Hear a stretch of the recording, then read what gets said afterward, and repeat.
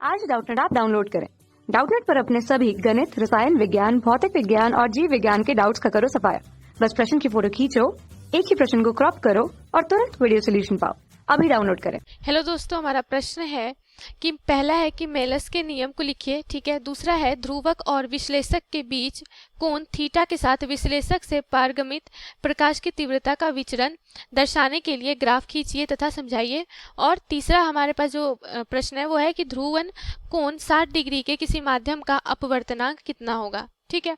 तो सबसे पहले हम जो हमारा पहला प्रश्न है उसे हल करते हैं। मेलस का नियम हम समझते हैं कि क्या होता है। तो देखिए ये हमारा क्या है, पोलराइड है, ठीक है। एक पोलराइड लिया है हमने और ये क्या है हमारा विश्लेषक, ठीक है। तो चूंकि मेलस का नियम जो है वो क्या होता है कि वो जो प्रकाश की तीव्रता होती है, ध्रुवित प्रकाश की तीव्रता, ठीक है, उस पे ये उसी के बारे में उन्होंने बताया था, ठीक है। तो क्या करते हैं, एक पोलराइड पर जब कोई अध्रुवित प्रकाश हम आपतित कराते हैं, अध्रुवित प्रकाश आपतित कराते हैं, तो पोलराइड से सिर्फ इस अध्रुवित प्रकाश के वही भाग पोलराइड से निर्गत होते हैं जो पोलराइड के अक्ष के समांतर होते हैं, ठीक है। तो पोलराइड क्या होता है कि ये अध्रुवित प्रकाश को क्या करता है, ध्रुवित करता है। तो इस प्रकार से क्या होती है कि ये जो हमारे पास इससे समांतर जो भाग आते हैं, समांतर प्रकाश की जो भाग आती है, वो क्या होती है हमारा, ये क्या होता है हमारा ध्रुवित प्रकाश होता है, ठीक है। अगर मान ले कि इसकी जो तीव्रता है वो I0 है, ठीक है।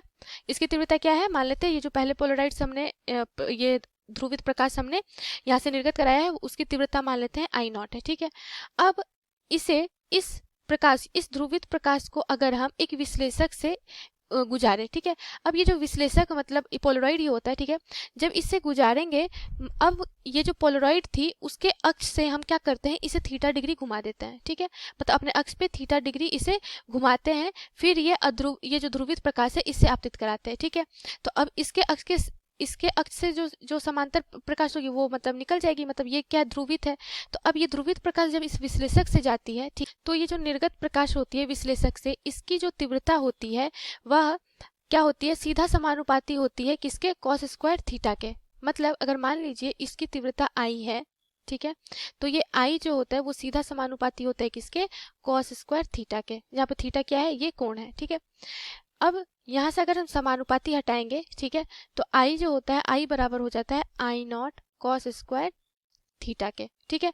यही क्या है हमारा मेलस का नियम, कि जो निर्गत प्रकाश की जो तीव्रता होती है वह जो पहले पोलराइड से जो निकली प्रकाश की जो तीव्रता होती है उसके कॉस स्क्वायर थीटा के, मतलब इस तरह से मल्टीप्लाई से जो हमारा मान आएगा वही क्या होगी, निर्गत प्रकाश की तीव्रता जो विश्लेषक द्वारा निकल रही है, ठीक है। यह है मेलस का नियम। अब बोला जा रहा है ग्राफ, ठीक है। तो अगर हम ग्राफ में देखें तो ग्राफ में क्या बोला जा रहा है कि ध्रुवक और विश्लेषक के बीच का कोण जो है क्या, थीटा है। तो विश्लेषक से पारगमित प्रकाश की तीव्रता I का विचरण दर्शाने के लिए ग्राफ खींचिए। मतलब ये I और जो थीटा है उसके बीच का हमें बताना है ग्राफ, ठीक है। तो चूंकि I जो है वह क्या है, सीधा समानुपाती है किसके, कॉस स्क्वायर थीटा के।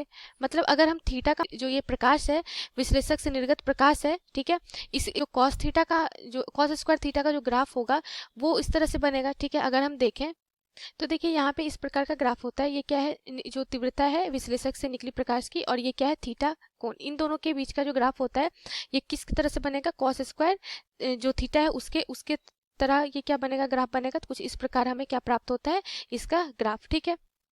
ये कॉस स्क्वायर थीटा का ग्राफ इस प्रकार से हमें प्राप्त होता है, I और थीटा के बीच का ग्राफ, ठीक है।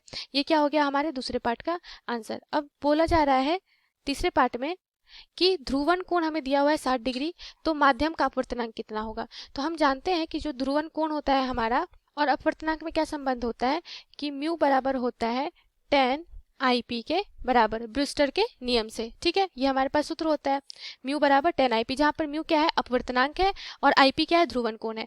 तो यहाँ से अगर हम ध्रुवन कोण निकाले IP बराबर, तो ये क्या हो जाएगा, tan इनवर्स म्यू, ठीक है। तो चूंकि हमें इन दोनों, इससे हम ये रिलेशन में लिख सकते हैं, तो हमें IP का मान कितना दिया हुआ है, 60 डिग्री।